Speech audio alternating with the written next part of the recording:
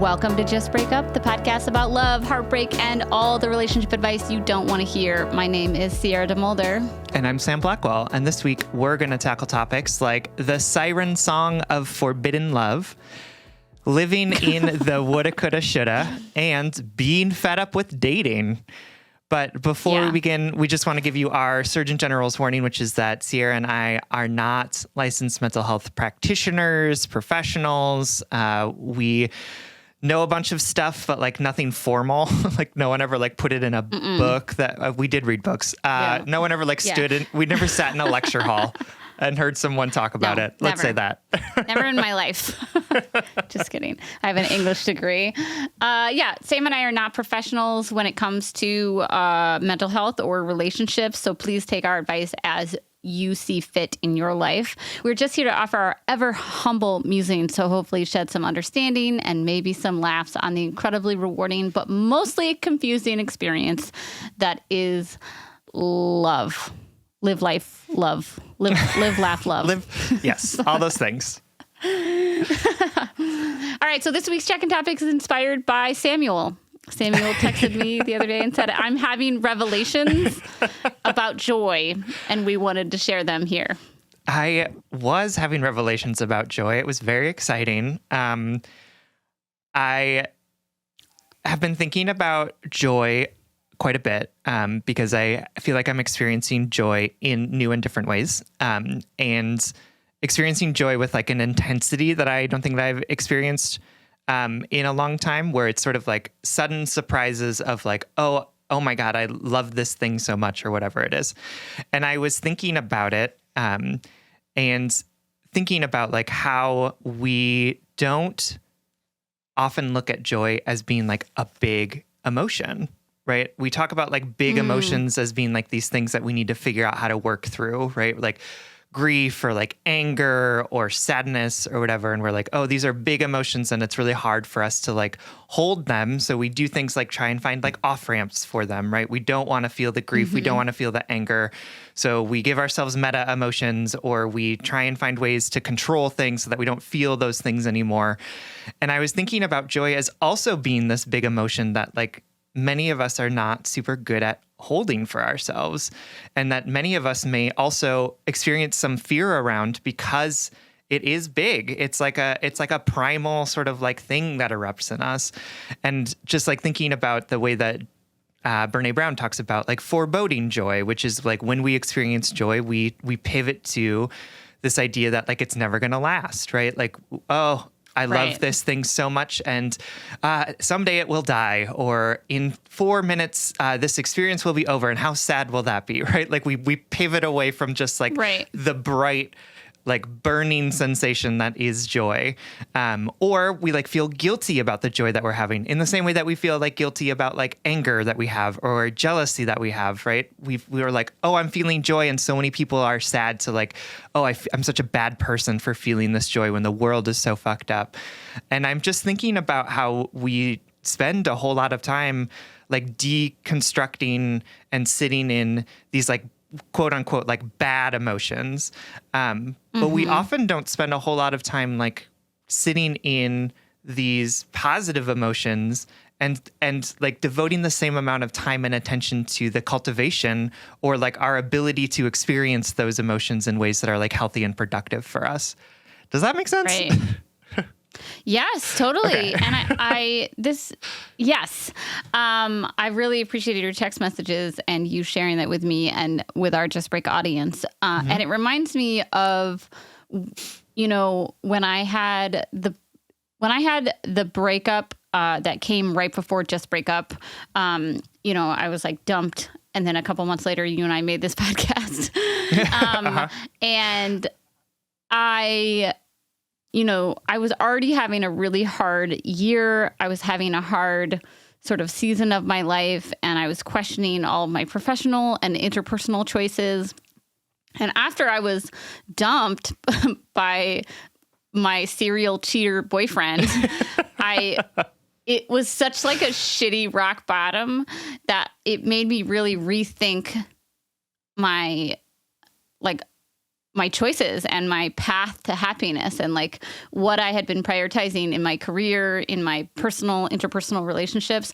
And I remember explaining to you and my loved ones at the time that I had this reckoning that I realized that I needed to prioritize love and feeling love and giving love. And I didn't mean romantically. Like I didn't mean I needed to jump into another relationship. I needed to seek love. And by love, I truly meant joy. I meant things and people that made me feel elation and made me feel free and made me feel love and warmth and growth and all of those things that we associate with joy. And at that time, it was really pivotal because then I decided to stop following, career pressures. And I tried to stop following, relationships that were only angst and work and hard and struggle, Right. and like small sprinkles of joy. But instead, I just tried to follow my joy, like follow the love. And that's really the pulse or the energy that we started to just break up with, because it was never supposed to be a career. It was just supposed to be this passion project that was joy driven. Yeah. And I really appreciate this check-in topic because I feel like I've kind of lost touch with that.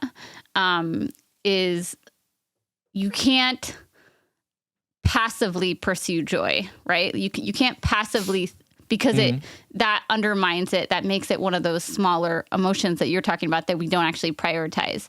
If we don't think about joy as like something that we have to cultivate and B, have to practice how to experience and how to welcome into our lives, Yep.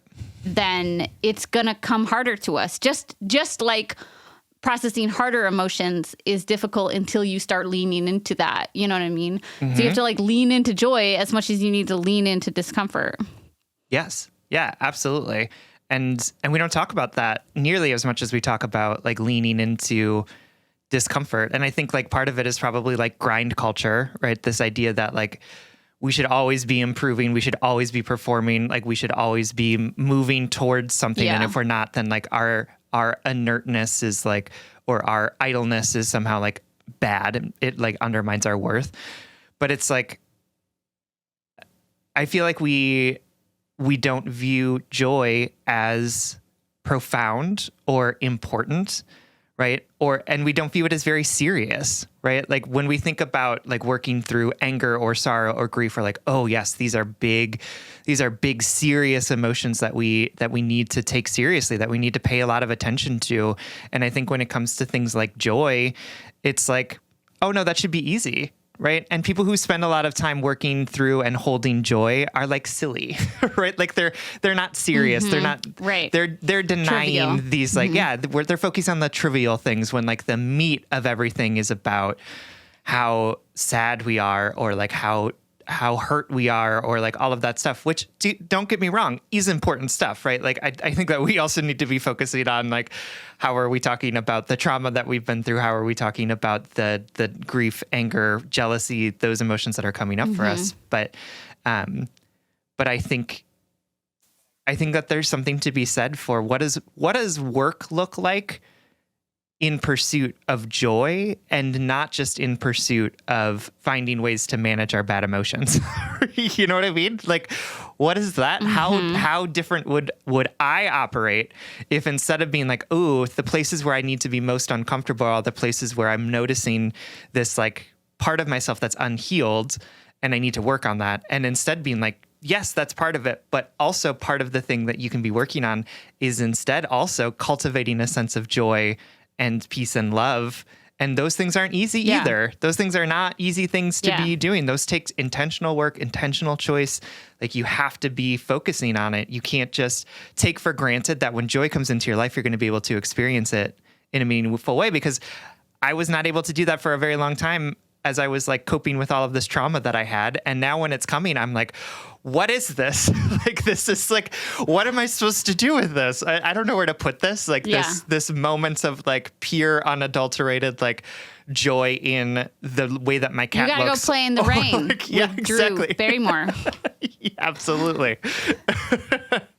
Yeah, I don't know. I'm just having this this sort of revelation about it as I was sitting down to journal and was like trying to hash out all of these bad things that were happening and being like, why am I doing this? This is like not fun. Like, why don't I spend more time thinking about how cute my cat looks, or thinking about like how funny that joke that Peter just said was? Like, I'm missing all that because I don't think it is as serious or as important as digging into those other emotions. Actually, so when you texted me, I ended up sending Sam some pictures of my daughter just in like pure bliss, like pure unadulterated joy, the way only babies can be, you know, and young children. And this conversation and why I sent those pictures reminds me that, like, you know, we can always do that inner child work, and because there's a little child in us that learned that we need to suppress our joy to take care of our elders, or that we needed to protect ourselves and we needed to know everything and anticipate everything, or life came at us and we had to grow up too fast. But, you know, children don't suppress their joy. You know, children aren't afraid of like leaning into that silly, embarrassing, uncomfortable happiness the way adults and our baggage tend to. For sure. So there's obviously like a little child in you that needs to be celebrated and released of the responsibility of having to deal with life. You know, you just want to be joyful. You just want to like laugh. For sure. And play. Absolutely. Yeah, absolutely. Yeah. I think that there's like, I've learned practices to cultivate a sense of satisfaction, right? Like I've learned things of like, yeah, I'll go for a walk in the woods and that will make me feel good because I'll have done the thing, right? Or I'll work on this project because I really like when it's done and I can say, wow, look at all the time and intention I put into it. But joy feels like such a different emotion because it's not like I did something and therefore I get this reward for it. It's more like, how are you fully present to experience this thing in the moment and not just after the fact? And that's something that is hard for me, and I'm sure is probably hard for lots of folks. So that's definitely something that I'm going to be thinking about over the new year, probably. I mean, that's what we're coming up on. So maybe 2023 will be the year of joy.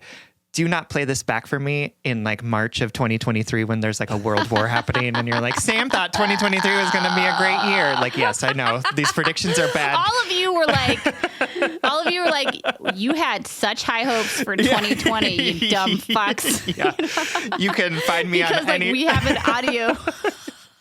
Just like tweeting at me at my Twitter that I January. haven't checked. Yeah, absolutely. It's like, you can't find me, people. I'm a rock. I'm an island. All right. Let's get into our Wrap letters. it up, kids. Okay. All right, our first letter comes to us from CY, whose pronouns are he, him, who is writing to us from Atlanta. Dear Sam and Sierra, y'all have helped me grow through multiple breakups since I started listening to the podcast in 2018. Thank you for being the co-pilot on these journeys and so many overlapping road trips. Oh, I love that. You both and all of the community share a piece of my heart. My question is twofold. How do you know when you're in love? What does one do about forbidden love? I'm in my early 30s and my crush and romantic interest is in her early 20s. But we just realized this last week. We know each other through mutual friends and former coworkers in our respective fields and would side chat after work. Eventually, we followed each other on social media and struck up chats and DMs, to which I eventually offered my number and a desire to keep in touch over text. She texted me soon after, and we've been texting every day for about a month. 1 week into this, she met up with me and some friends after she worked a late night weekend shift. We stayed out until bar had closed down and she offered to drive me home. I obliged and we kept talking in the car when we got to my place. I asked if she'd like to keep talking inside and we talked for 3 more hours until 5 a.m. We shared one drink there and we both felt so invested in the conversation we just didn't want the evening to end. Alas, she had to work the next day and I had to drive friends to the airport next afternoon. But later that week, she impromptu reached out about meeting up for a drink and karaoke dance night. We ended up dancing together along with her friends for hours. I had to work the next day, but dropped her off at the next bar where her friends were going to. Texting continued throughout the week, eventually leading to a Halloween party at one of our mutual favorite bars. She had been out to dinner and drinks before with her childhood best friend who came into town and was a little all over the place, forward, unlike how she had been before, and eager to gossip with her friend. It was a fun but peculiar evening with her flirting with me and a separate mutual friend of ours and her best friend also flirting with me. I made it clear that I wanted to properly ask her out, and as the party wound down and I made my exit, she insisted on seeing me out. We talked for several minutes. I asked her out and expressed how I'd like to spend more time together when we are sober and aren't drinking or high and get to know her more. We bantered back and forth and eventually kissed for a minute, which was sweet and felt very heartfelt and good in the moment. The next day, we were texting and recapping about the evening. Oddly enough, we had never talked about how old we were. Come to find out, I thought she was 26. She thought I was 28. In actuality, I'm 32 and she is 22. We agreed in that conversation that given all the people we know and the social circles we run in and the different stages of life we are in, we should just stay friends. But as the next few weeks passed, we continued to talk every day, even more in fact, and I feel such a strong connection to this person with our goals, passions, values, and caring, respectful, seamless conversation. I'm wowed by the things she wants to do, the experiences she's accumulated and shared, and the unexpected combination of skills, interests, life goals, and self-awareness she shares in our interaction. I'm wowed by the things she wants to do, the experiences she's accumulated and shared, and the unexpected combination of skills, interests, life goals, and self-awareness she shares in our interactions. We finally spent some time outside of our social circles, one-on-one, without going out and drinking, and spent 11 hours together. Constant conversation, feeling at ease and open, and up for the adventure of the day. It's one of the best days I've had all year, damn near perfect. We got coffee, went for a hike, shared stories by the river, got groceries. Love grocery shopping, dating. Cooked dinner, watched one of our favorite Star Wars shows together, listened to music, and just kept talking. We sat close on the couch, but kept it here and shared the best hug I can remember in years as I walked her to her car at the end of the night. No kiss or make out or hooking up, but just a deep sense of connection nonetheless. I know we are far apart in age at the moment, but I just feel so drawn to this person and get the same feeling from her. I know it could be unrealistic that life paths could even align given the age difference, but I just want to keep spending more time with this person and want to get to know them more and continue to be vulnerable and even more intimate. It feels like I'm almost falling in love, to which I have before, but this is my brain going haywire that this can't even be falling in love already, and you're too old for this person. They're too young. We both sense that there's such an age difference, yet we both want to spend time with, talk to, and get to know each other. Is this wrong? Am I in over my head and jumping the gun to wonder if this is starting to fall in love? Thanks for holding space for my question and the hearts of all who reach out and listen to your show. With love, C. All right, C, thank you so much for listening and for trusting us with this letter. I think this is a great question. I don't think we've talked about age differences since like maybe the first year of our show. And we probably have like some of the same opinions, mostly maybe some different. And so this is a question about age differences. And it's also kind of a question about like, what is love? Baby, don't hurt me sort of thing. You know, can I fall in love with somebody really fast, I guess? What do you want to start with? Age difference? Sure. Yeah. I mean, I love this letter because it sounds like a indie romantic movie for sure, of like going out and karaoke and dancing and kissing and then hiking and buying groceries together. And then like this like moment of like, we're different ages. Like this is like sort of the wrench that gets thrown into the gears of this like beautiful love story. And also we know that we don't live in movies. We like live in real life where there are like real life consequences to the things that we do.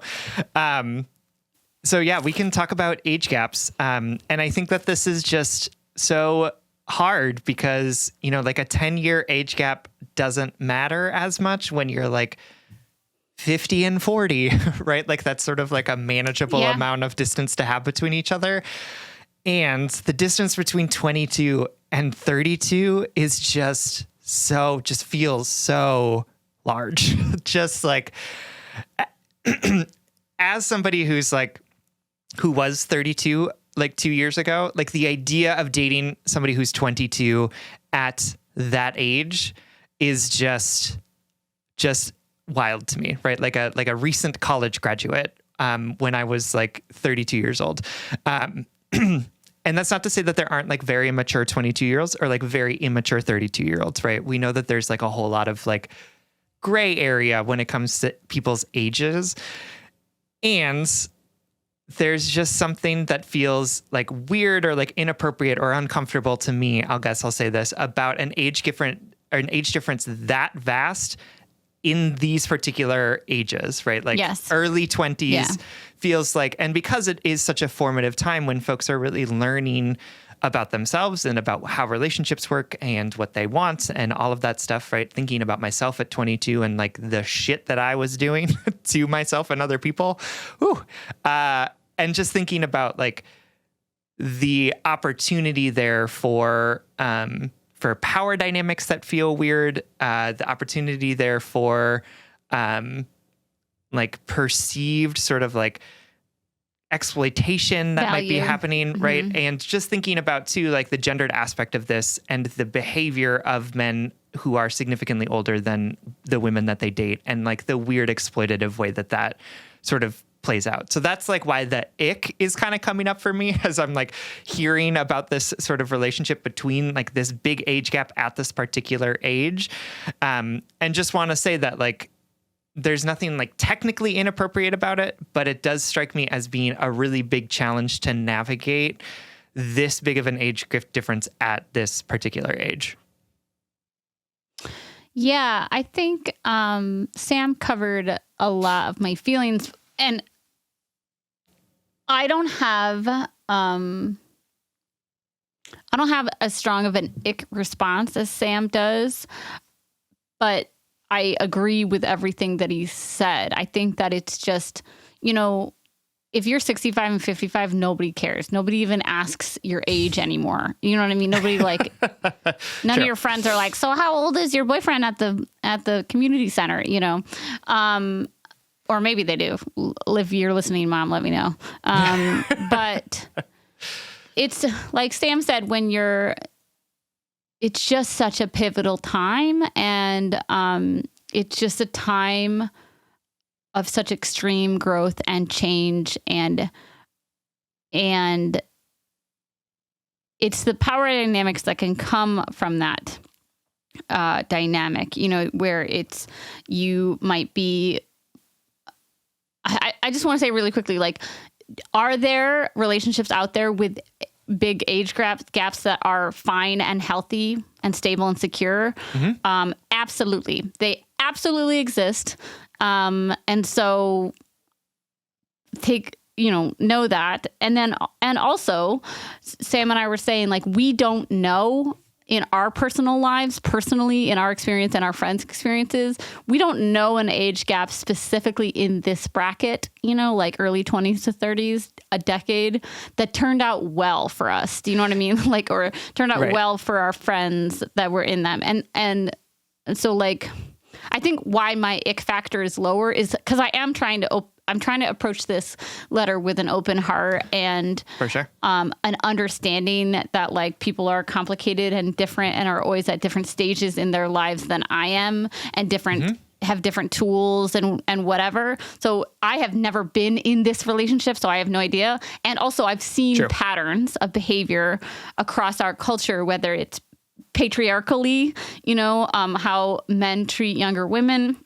I've seen abusive relationship dynamics arise in innocent places, like when one partner is more financially and professionally more stable and secure than another, then that becomes like a power dynamic. I've also seen people use being at different places in their lives for an avenue for eventually like emotional abuse, like, oh, well, you're so young, you don't understand, you need to get your life together, all of your friends are so slappy and messy, like you need to come along my life track and not to stay on yours. So that's where our concern is coming from. And again, it sounds like you're open to hearing all of this. So it's not like we're saying you're being a predatory creep.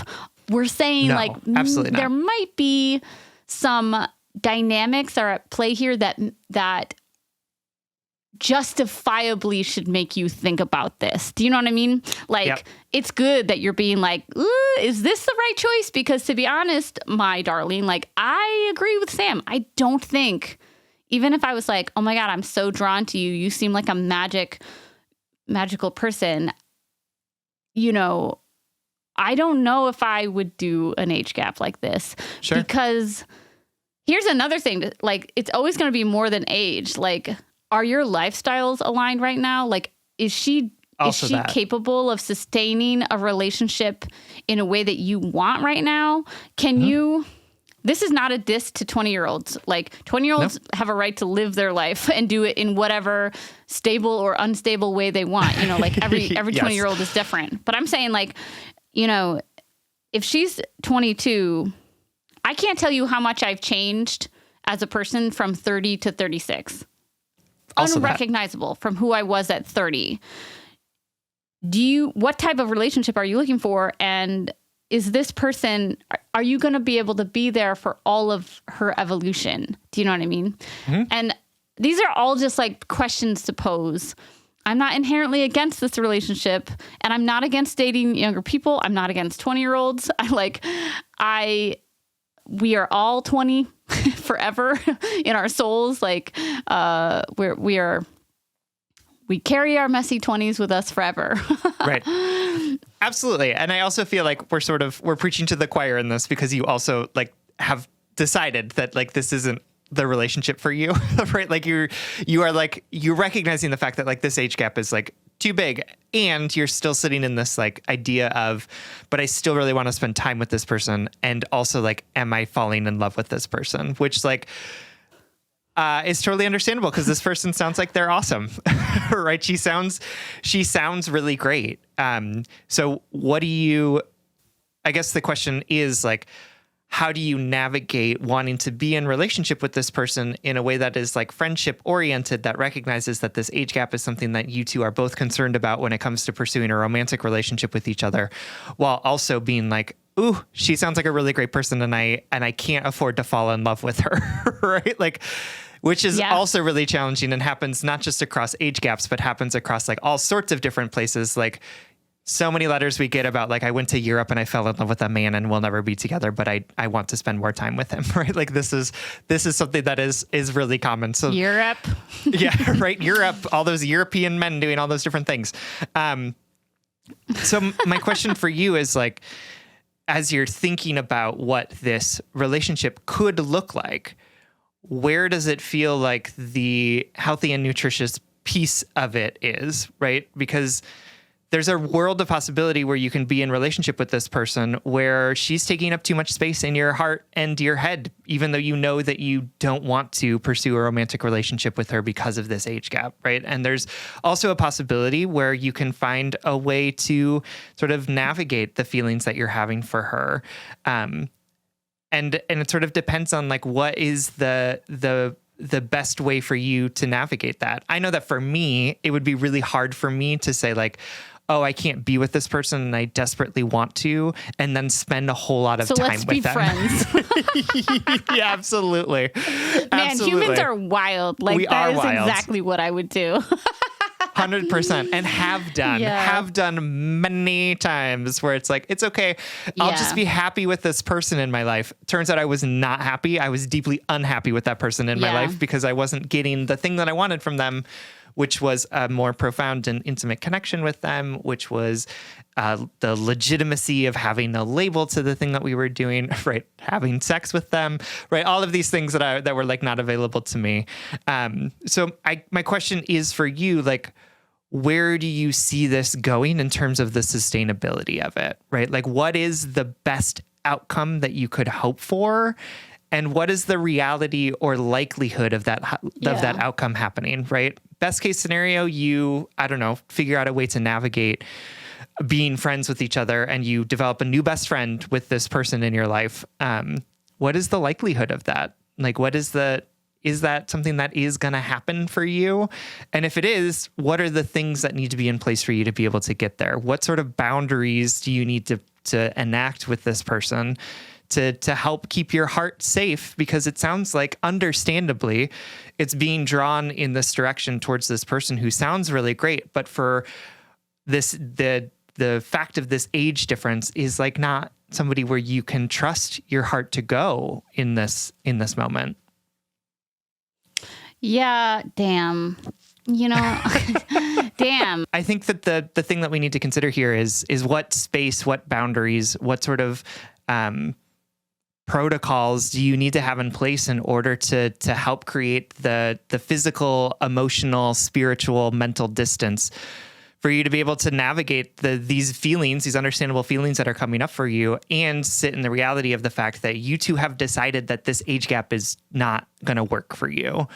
And so, yeah, I know that you really want to talk to. I know that you really want to spend more time with this person. And the question for you is that impulse romantic? Is that impulse, I really want to get to know this person so that I can be in a romantic and intimate relationship with them? And if it is, then that's not going to work, right? Because you have agreed that your relationship isn't going to be romantic because of this age gap, that you have identified as being not something that you are interested in sort of working through for all of the reasons that Sierra and I said, and probably 17 more of your own reasons that exist particular to your own friendship with this person. So like I said, I think it would be challenging for me to be spending this much time with somebody who I was developing feelings for and not able to pursue romantically. But I also know that there are ways that folks can navigate this stuff, as long as you all are having the conversation around like what's appropriate, what's not appropriate, where are the lines, where are the not lines, and not fall into this thing that can be so intoxicating, which is this aspect of forbidden love, right? Where I can't tell you how many of my own values, boundaries, and morals I compromised because I was so convinced I was in love with this person, and the thrill of that's it. Doing something naughty or bad, right? The idea of like, oh, this feeling that I have for this person is just so big that I therefore get to make not bad decisions for myself because I can't resist the impulse of this person, which was absolutely true, right? Like I could not resist the impulse of that person, but I also had other options available to me that I didn't want to actually consider because the intoxication of that like forbidden love, the intimacy that shouldn't be intimate, that like really messed me up and also like messed the other person up, right? Like that just like really fucked us all over in a lot of this different and unfortunate ways. All right, my darling. We know that this is tricky and painful. And we like put a lot out there that you probably already in your head agree with. You just have to get your head and your heart to talk to each other. Absolutely. And we wish you the best of luck. Thanks so much for writing. Thank you so much. We love you. All right. Our next letter comes from the villain, whose pronouns are she, her, and who's writing from Love and Loss. Hey, Sierra and Sam. I've been listening to the pod for over a year now, and I find it so helpful to hear you talk through things I may not otherwise have considered. So thank you. I'm writing about a situation that occurred a couple of years ago, but that still weighs on me heavily. In December 2020, my boyfriend, he, him, and I, she, her, broke up. We had been friends in high school and went on to date for over 2 years. We traveled out of the country together, moved to 2 different states together, made all of our purchases together, and started businesses together. He was my best friend.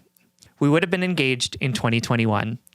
I came out as queer in high school. He and I were both well aware that I was attracted to and had a preference for women, but our connection after being reunited was so strong, we went into a relationship quickly. In hindsight, we probably should have stayed best friends or at least gone into dating rather than hooking up right away. But I wouldn't trade the experiences we had for anything. Toward the end of 2020, I found myself really unhappy and constantly irritable. I was working a lot and throughout the relationship could never quite shake the feeling that maybe I was missing out on something or trying to be something I wasn't. Otherwise, everything in our relationship was good or great.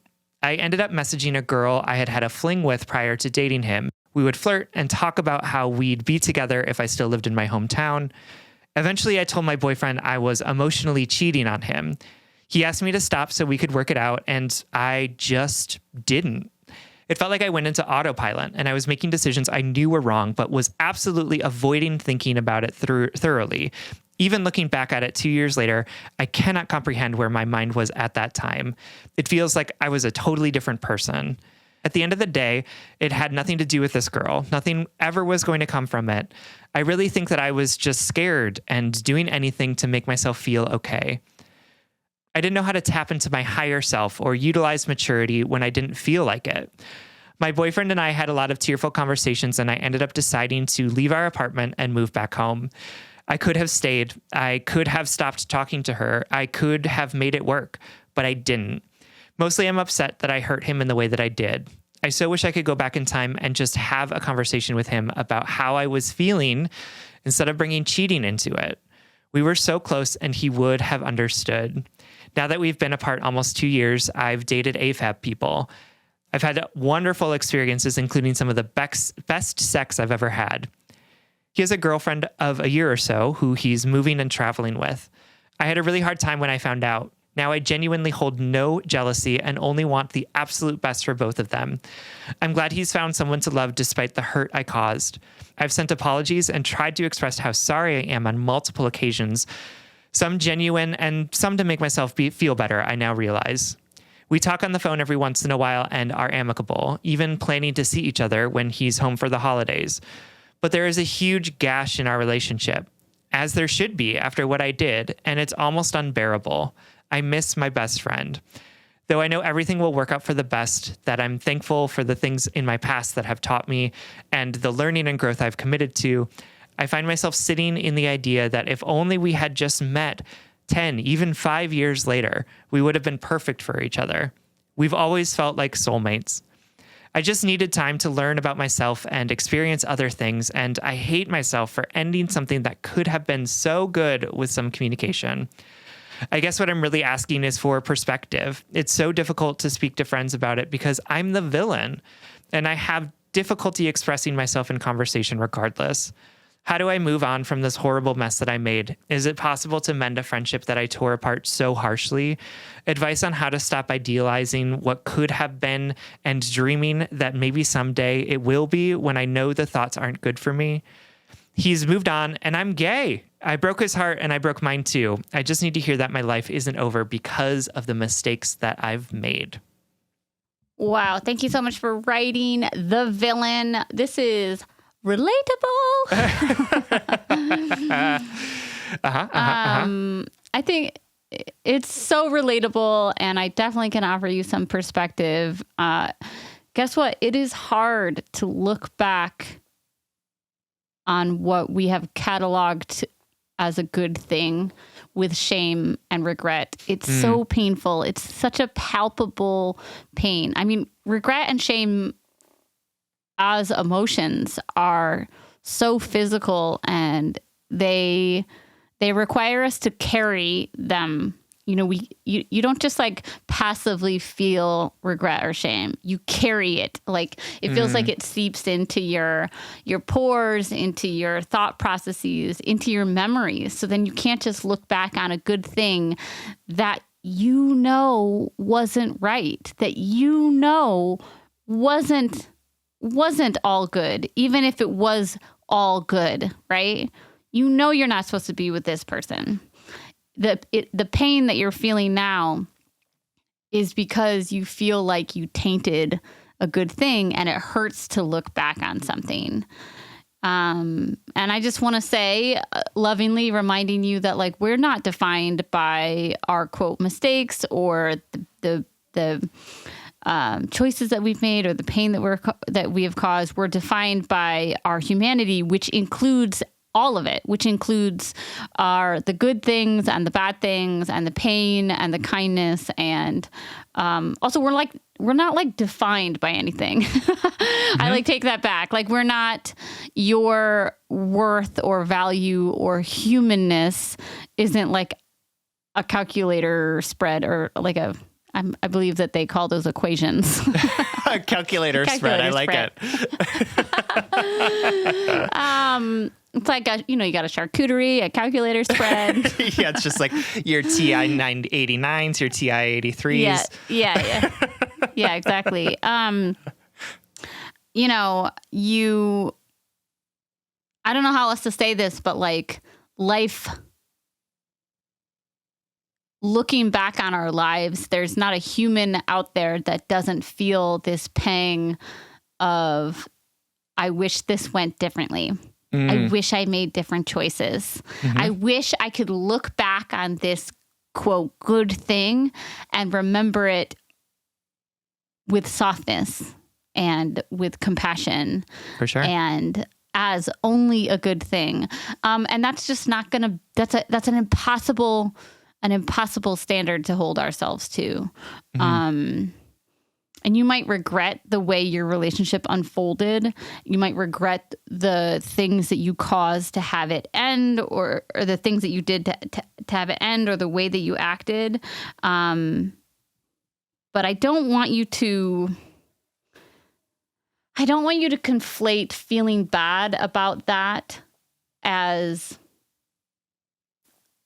you being a bad person or doing something that you shouldn't have done. Like, should you have not had an emotional affair or cheated? Like, we can arguably say that you might not want to act like that in the future, like that you regret that and you wish you did something else, period. Like, that is one conversation. But what I'm trying to say is, that relationship wasn't supposed to last. Like, that it was good, but it wasn't, something about it wasn't good enough. Right. For sure. And so, yeah, it might hurt to look back on it. It might hurt to look and see him, this very good person, this person that you love, that was your best friend, be happy with other people, be happy without you. And it probably hurts a lot to think like, damn, I took that good thing and ruined it. Well, you didn't ruin it. You made choices that like led it on its journey.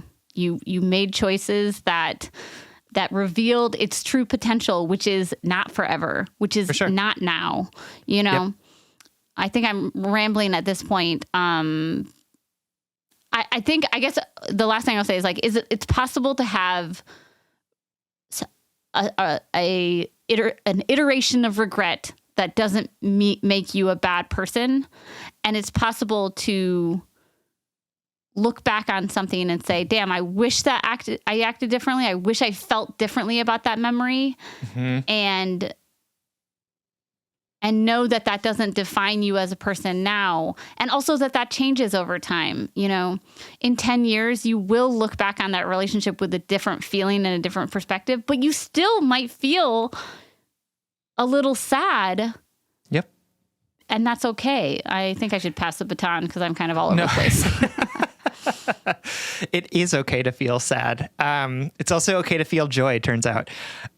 So the thing that I just want to say is that, like you say in your letter a few times, right? Like, I could have done this, I could have done this, I could have done this. And I just want to tell you, you couldn't have done that, right? Because you didn't. And if you could have done something differently, you would have done something differently.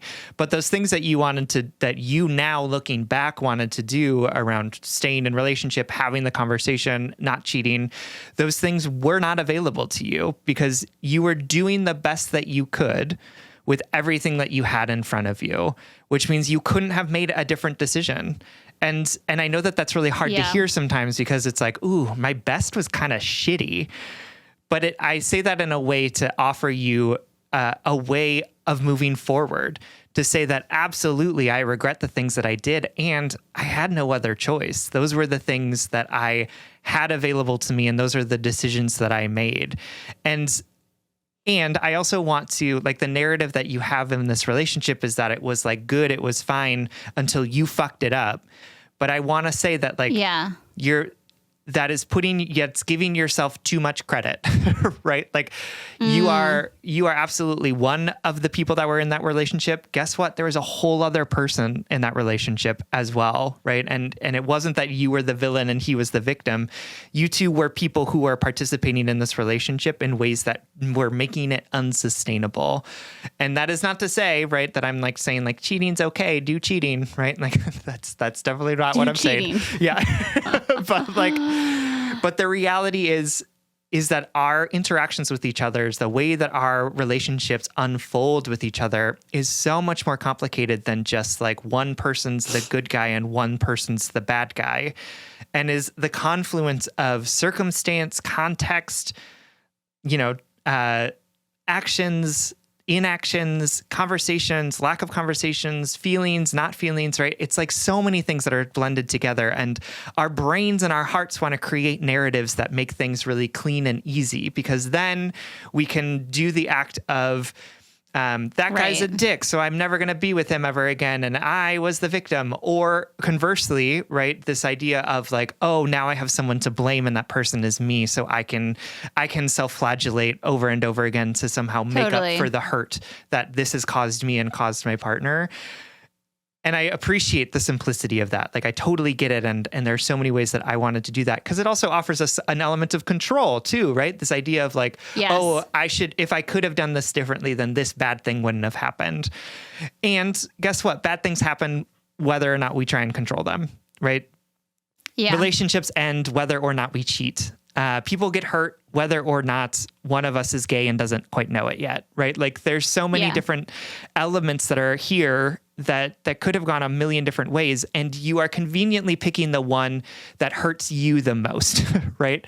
That causes you the most pain. So my invitation to you is to find a different narrative that's probably more true, that's more complicated, more messy, more nuanced, but also doesn't just put you at the center of the harm that was caused. I think we've just been hit on the head over and over and over with the idea that love is supposed to last.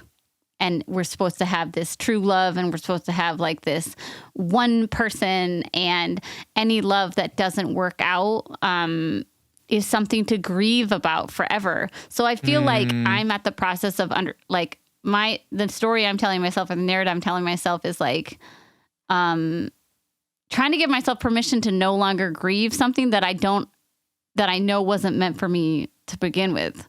Yep. I feel like the grief I have right now is habitual grief, and it's a mask. It's a mask for my true emotions, which is like, oh, I love and respect that person, and I hope that they are happy and have a great life.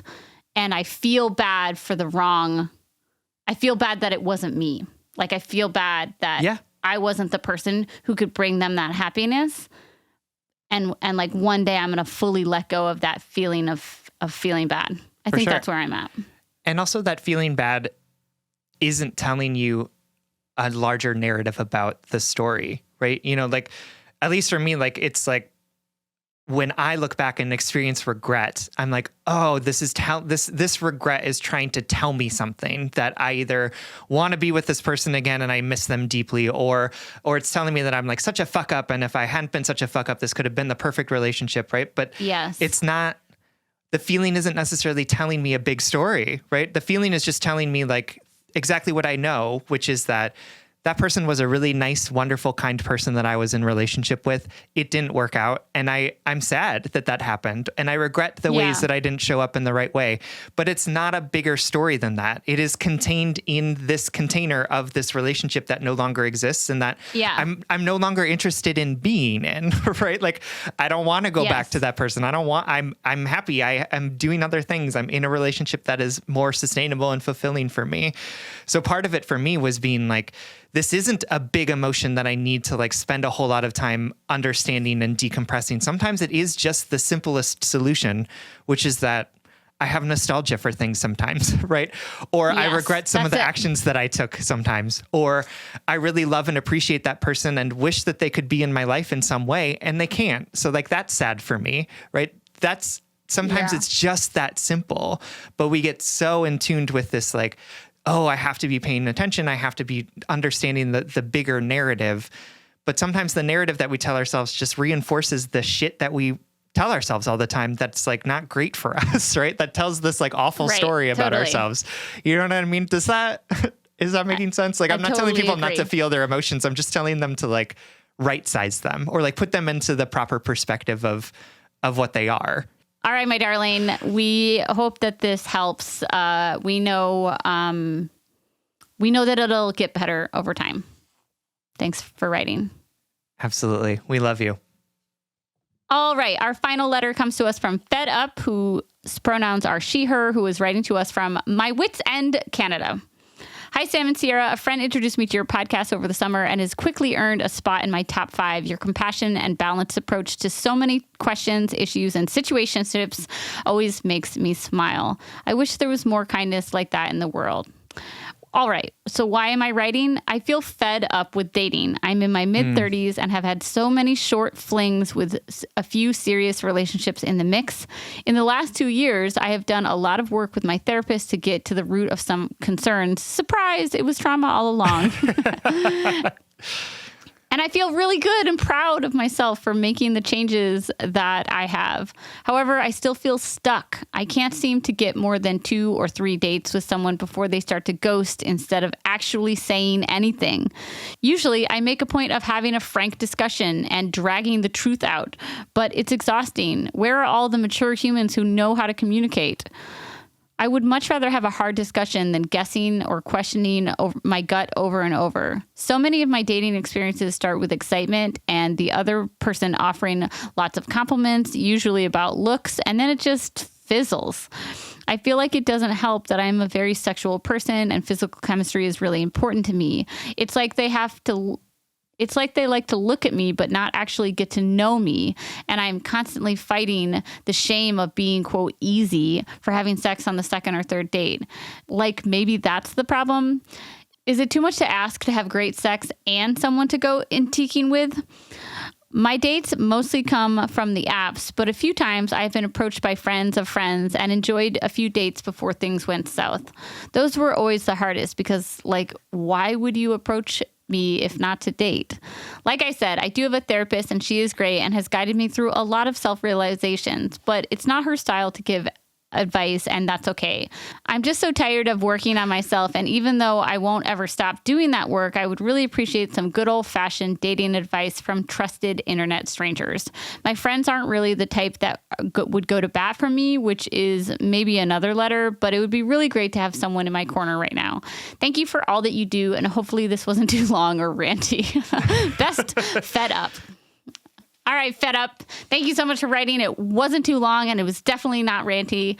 No. And we are definitely in your corner. Yeah, dating is exhausting, and I can't imagine, for 2 years, feeling like you've done the work, and then not seeing that work pay off in other people or in your interpersonal relationships. Like, you're like, look, I'm healed and I'm ready to like not enact my trauma on other people. And then other people are just like, we are incapable of meeting you here. Oh, for sure. Absolutely. No, it reminds me of one of my favorite scenes in Sex and the City when Charlotte has like just broken up with something or someone. And she's like, they're at the diner and she's like, where is he? I have been dating since I was 15. Where is he? And it's just like, it's like so relatable because it's like, God, dating fucking sucks in so many different ways, right? Like, and as somebody who loves first dates, right? Like, I also know that the grind of dating is like just so frustrating in so many different ways, especially when we're trying to do it in a way that feels like healthy and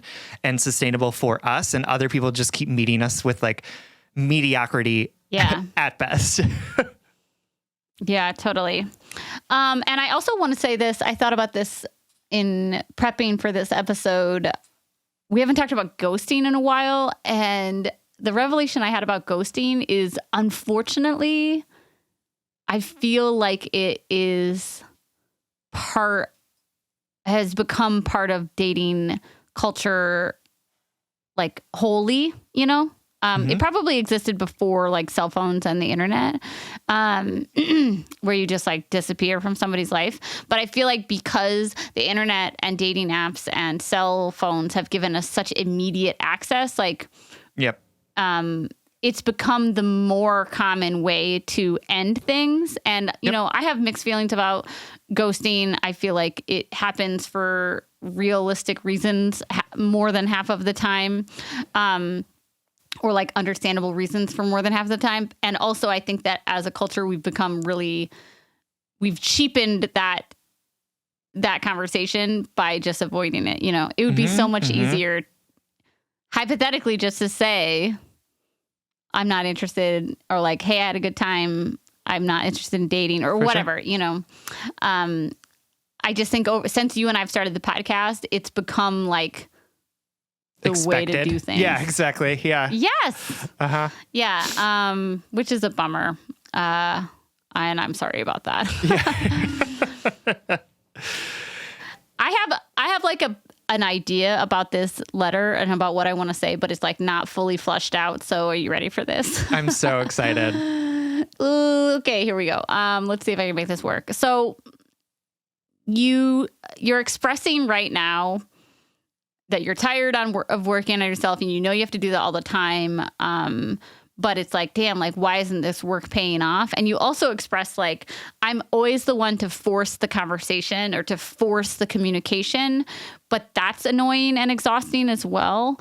And what I'm perceiving right now is that you're putting in a lot of work that's not being reciprocated.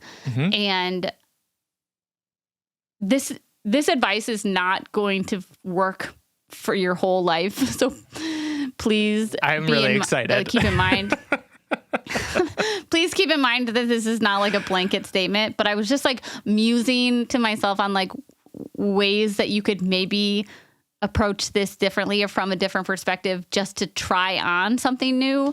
And like, I hate myself for saying this, but like, what would it look like if you put in what you got, what you were getting from people? Like, what if you don't force that very intimate, communicative conversation? What if you demand people to communicate with you if they are capable of that communication? Yep. I haven't really thought this out, but this is what I'm picturing, is that I see you doing all this work. I see you doing all this work, and it's starting to burn you out because people aren't reciprocating it, and you feel like you have to drag them to the conversation and practically have the conversation for them. When in the past, when I was traveling abroad to countries that like didn't speak English, the countries where their primary language wasn't English, but they all spoke English, and I didn't speak German is what I'm talking about. When I was in Germany, everybody there spoke English, and so they literally made my trip possible. And I described that communication by as like them building, normal communication is that you and somebody else, they build a bridge, and then you walk across that bridge together and you meet in the middle. Like, that's normal communication. For sure. And when I was in Germany, I was so grateful for their labor and their knowledge, because they made my trip feel so much more capable. But I was like doing no work, They were like building that. Not only did they walk all the way to the other side of the bridge to meet me, they built the fucking bridge by themselves. I just sat there like English. Ignorant ass American. Like, I speak English and a little bit of Spanish, and I felt so grateful for that communication labor. And I feel like that's what you're doing here, is that like, not only are you walking all the way to the other side of the bridge, dragging them into the center of the bridge and being like, this is how you have a human adult conversation. You also built the fucking bridge, right? You also made this communication possible with your own head and heart work and, forcing the conversation and things like that. So this unthought out idea is just like, what if you stop putting yourself in positions just temporarily, just during this season of dating, where you stop putting energy in places that is not being reciprocated? And again, like I said at the beginning of this unthought out rant, this is not applicable for like everything in life. It's not even applicable for communication as a whole. I'm just trying to think like, well, what could you do differently that might make you feel less burnt out? Yep. I don't know, but am I essentially being like, stop trying to reach out to people? Like, No. I think is she literally going to like burn the bridge and then not like, have opportunity for connection? Yeah. Yeah. No, I think the way that I would sort of think about it is also about how are you enforcing a one right or best way to practice emotional maturity?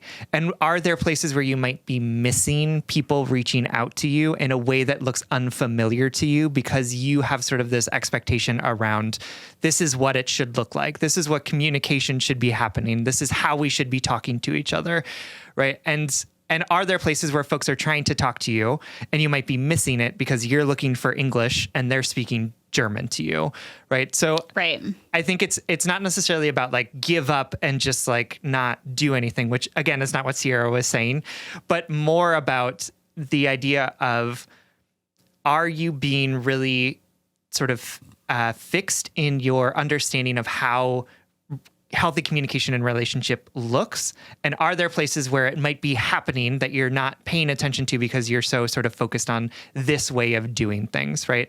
This is not to say that like ghosting is appropriate, but also maybe somebody has a different understanding of how often you communicate when you're dating somebody that might be different than yours, where you're saying, okay, well, now we need to have a conversation about it because these things are different and you're basically ghosting me, right? So like, not that that's happening. I don't know. I'm not in your body and I'm not in these relationships. So that might not be happening. But I know that when I was dating, and even in my relationships with lots of people in my life, I have to really understand that the people that I am in relationship with are emotionally rich, have rich histories of experiences, identities, cultures, backgrounds.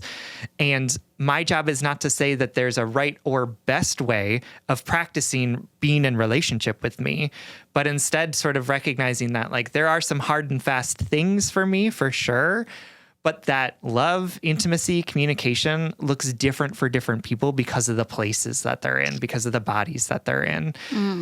So not to say that like you should not believe your own experiences of being ghosted, because I think that that's absolutely true. But I do think that all of us can spend some time sort of recognizing we may have a particular way that we think our relationships and communication should go, and other people might have a different way of being or a different way of thinking. And we might be missing things by looking for, here are the perfect indicators of a healthy and mature person.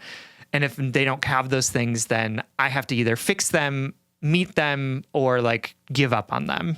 And there might be a different way of going about it, which all to say like dating sucks. So I'm sorry. Like, I don't know that there's like, I wish I could give you like a checklist of like, here's how to find the perfect partner in 6 minutes or less, because we would be rich, first of all.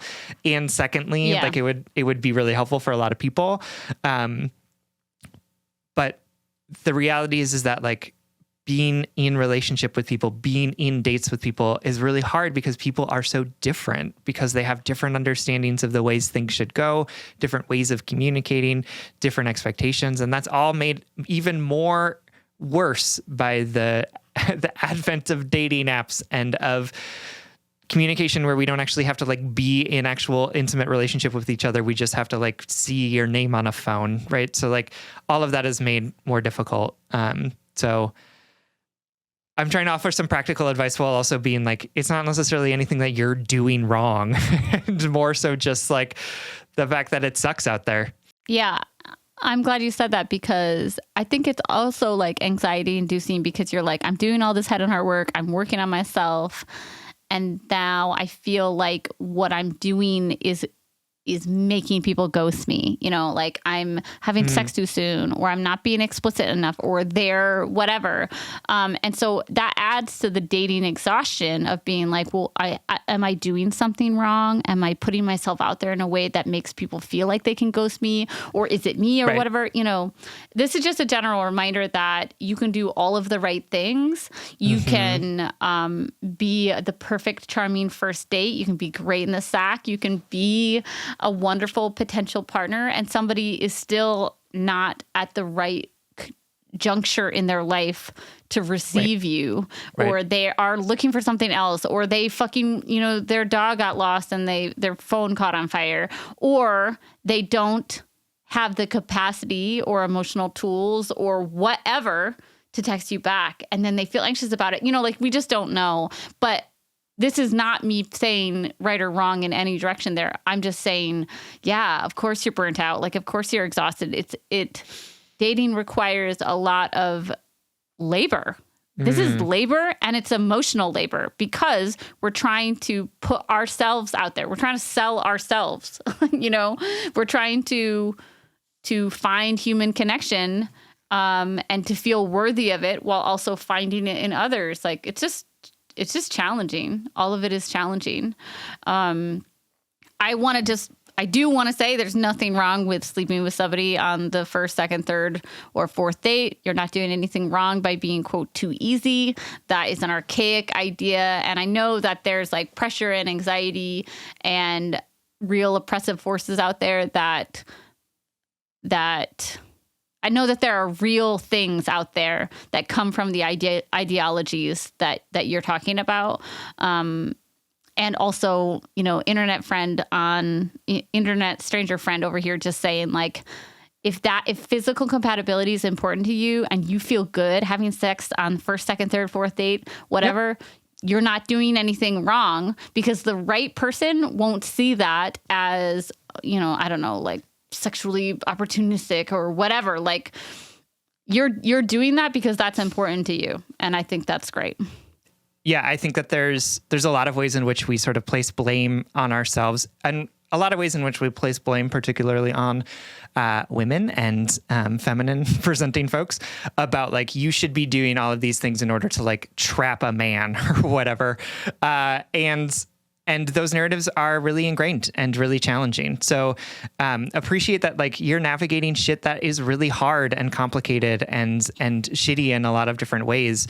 And I think part of what we can do, or part of what I would invite you to do, is like, how are you going at a pace that's sustainable for you, right? How are you doing what you need to do to take care of yourself in the face of these sort of immovable things about people being complicated and weird gender aspects of dating and the reality of being 100% online, and offering yourself the kindness and grace of saying, like, it's not necessarily anything that you're doing wrong so much as, like, this is just a shitty situation. So given that reality, how do I want to do this in a way that's sustainable for me? And how do I want to take care of myself when I get ghosted? Because no matter how many times we get ghosted, it still fucking sucks, right? It still hurts. It's still rejection. Yeah.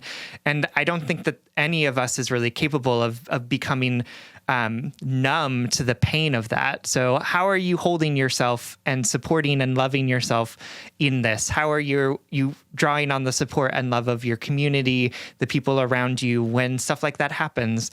And just recognizing it's hard to move through life getting rejection after rejection from people that we're trying to make meaningful connection with. So I guess it's not like super practical advice in any meaningful way, just a more of a, like, we see you and we know that this is true for you.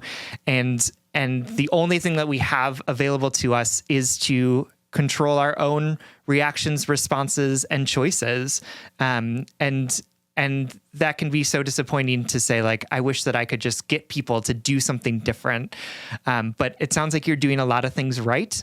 Those things are really challenging. Mm-hmm. And just know that Sierra and I, and I'm sure a lot of our listeners, the folks on the private Facebook group, I'm sure would love to support you in this, are here for you in the general shittiness that is dating in 2022. Cheers. Cheers to that, right? All right, my darling. We love you so much. I believe in you, and I hope that this makes you feel a little supported. Thank you so much for writing. Absolutely. We love you. All right, friends, this brings us to the blind date segment of this episode. Every show, we like to shout out something that we love, that we want to set you up with. And this week, we are sending you home with a TV show called Interview with the Vampire. Oh my AMC. God. Very homosexual, so It's I hear. so homosexual. Well, the first one was too, but it was like in the 90s. So it was like sort of implied, but never like made explicit. Yeah, so this is a remake or an adaptation of the Anne Rice novel Interview with a Vampire, which came out like I think in like the 90s.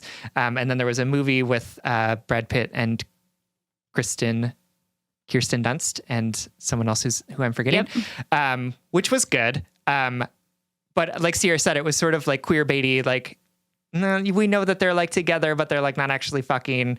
And this iteration is so good, and they fuck in the first episode, spoiler alert. So it was like, okay, I know what I'm getting now, right? This is not just like we're playing at this. This and is it's like, gay. Yeah, yes, absolutely. Like he is saying that he is queer. Lestat is pansexual, right? Like these are like all conversations that they're having out loud, which is like really refreshing. And it's like, it's beautifully shot, right? It takes place in like the 19-teens in New Orleans. Like the costuming is really good. The acting is good. And the main character is played by a Black man, right? So there's just like a lot of really awesome things sort of happening that were like sort of hinted at in previous iterations of this experience, and now are like being much more like sort of out in the open, talked about, and it just feels much better. It is like a vampire show though, so like there's like violence, like the relationship between Lestat and Louis is like not super healthy, so want to like make that super clear. But it is just so enjoyable to not see like the queer relationships between people being either like hinted at but not actually made explicit, or sort of like being side things, or like weird sort of like scintillating stuff that's happening, and instead just being like, yeah, nope, these are just two queer vampires who like want to fuck each other and are like kind of mean to each other because they're vampires. So would recommend. I've been enjoying quite a bit. I'm only on like episode 4 though, so it may go off the rails by the end of the series. I'm not quite sure, but it has like a 99% on Rotten Tomatoes. So like, I think other people are also liking it. So check it out. It's on AMC. I'm watching it because I have a friend's log into their Xfinity account. I don't know how other people can watch it, but if you have it available to you, please check it out. It is An Interview with a Vampire. It's on AMC. All right, everyone. Thank you so much for listening. You can like us on Facebook, and you can follow us on Twitter, Instagram, TikTok, YouTube, all the things at Just Break Up Pod. You can slide into our DM, send us your favorite relationship memes, but most importantly, you can submit your questions about all matters of the heart at justbreakuppod.com, which is also where you can find our merchandise. Please remember to follow us and subscribe. Give us a 5-star rating and review wherever you get your podcasts. And consider supporting us on Patreon. If you support us on Patreon for as little as $5 a month, you'll get an additional bonus weekly episode. And if you subscribe this month at any level, you will get access to our New Year's office hours on December 29th at 8 p.m. Eastern, 7 p.m. Central. This is a once in December opportunity for folks who subscribe at any level to come chat with me and Sierra. So if you are considering supporting us on Patreon, now is a great time to do it. Please do this. It helps us keep the mics on and helps us reach more brokenhearted souls who need 2 random strangers giving them relationship advice. Just Break Up is a production of Duvid Media, original music, recording, editing, producing, all magical things by our good friend Spencer Worth Davis. Make sure to check out his newest project. It's called It's a documentary called Race to Alaska. You can find it streaming everywhere where things stream, sort of.